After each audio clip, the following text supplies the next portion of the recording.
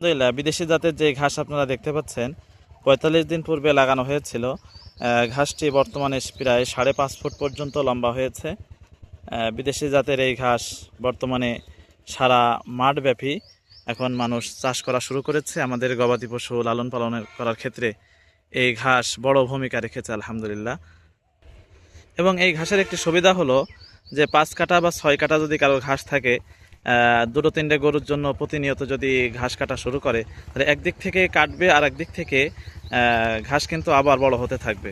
অর্থাৎ এই ৫ কাঠা ঘাস যখনই পুরো মাঠ কাটা হয়ে যাবে, তখন প্রথম দিন যেখান থেকে কাটা শুরু হয়েছিল সেখানকার ঘাসগুলো আবার প্রায় ২৫ দিন বা ৩০ দিনের ব্যবধানে এমন ৫ ফুট ৫.৫ ফুট কিন্তু লম্বা আবার হয়ে যাচ্ছে।